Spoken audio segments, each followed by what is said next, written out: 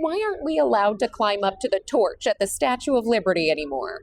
When the statue first opened to the public, no one was going to stop you from climbing up, not just to the crown platform that is still open to the public with limited access, but on the way down from the crown, there's a side catwalk that leads to a ladder going up her arm and to the platform of the torch.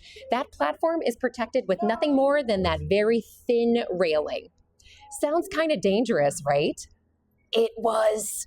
The torch was not designed to bear the weight of up to a dozen kids jumping up and down to make her wave, or people parachuting off her like Frederick R. Law in 1912.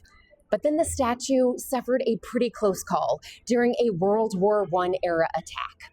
1916, before officially entering the war, the U.S. was still manufacturing and selling weapons and storing them in a facility not far from here in what is now part of Liberty State Park in New Jersey.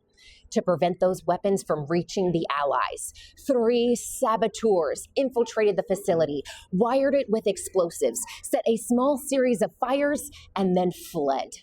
It was around 2 a.m. that the first of many explosions blasted out windows from here up to St. Patrick's Cathedral past Times Square.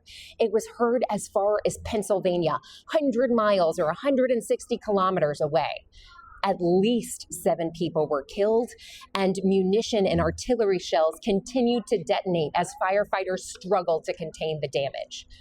Bolts were ripped from her frame. She had some dents and cuts here and there. Windows in the torch and the crown did have to be replaced, but otherwise, the statue held up shockingly well, as did the power plant illuminating her torch, meaning she continued to shine throughout.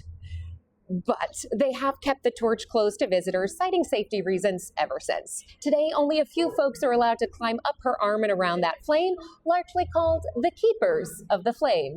They're the folks responsible for replacing her lights, wiping her down, and for anything else she might need, they are on hand.